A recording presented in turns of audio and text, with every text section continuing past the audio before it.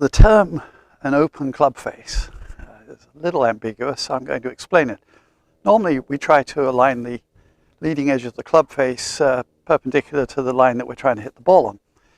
And so it would look like this on the ground. And then an open club face is one where you grip it in such a way that the line perpendicular to the edge of the club is shooting to the right of the target. Now, who would do that? Because most people hit the ball to the right anyway. You would never adopt an open club face.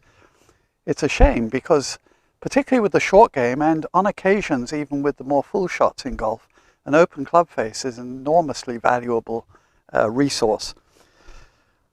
I've got a pitching wedge here. That's what I used to call it. Nowadays they call it a gap wedge or an A wedge. It's the second most lofted, shortest club in the bag. And it distinguishes itself from the sand wedge because it has about 4 degrees less loft, and it has a less prominent, what they call a bounce, which is how prominently the trailing edge of the base of the club stands up vis-a-vis the edge of the club. Now the sand wedge has a very often wider bounce and also a more prominent one, the reason being that you can hit into the sand without bearing the club, which is usually fairly destructive. So a gap wedge is a very useful tool around the greens where the ground is a little firmer and you want to get the ball up, but you don't want to run into trouble using a club that has too much bounce, which can be a little inconvenient depending on the grass. I would suggest that for safety's sake, you practice hitting chip shots with an open club face and use plastic balls, because you don't want to whiz the real ones around the property uncontrolled.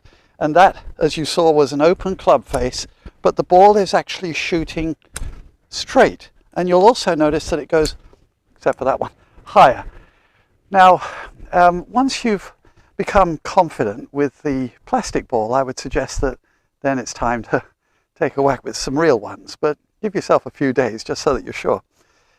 Now, an open club face with the full swing, we presume would always hit what they call a fade or a slice if it's more severe, but in fact it's not true, and another video will talk about that.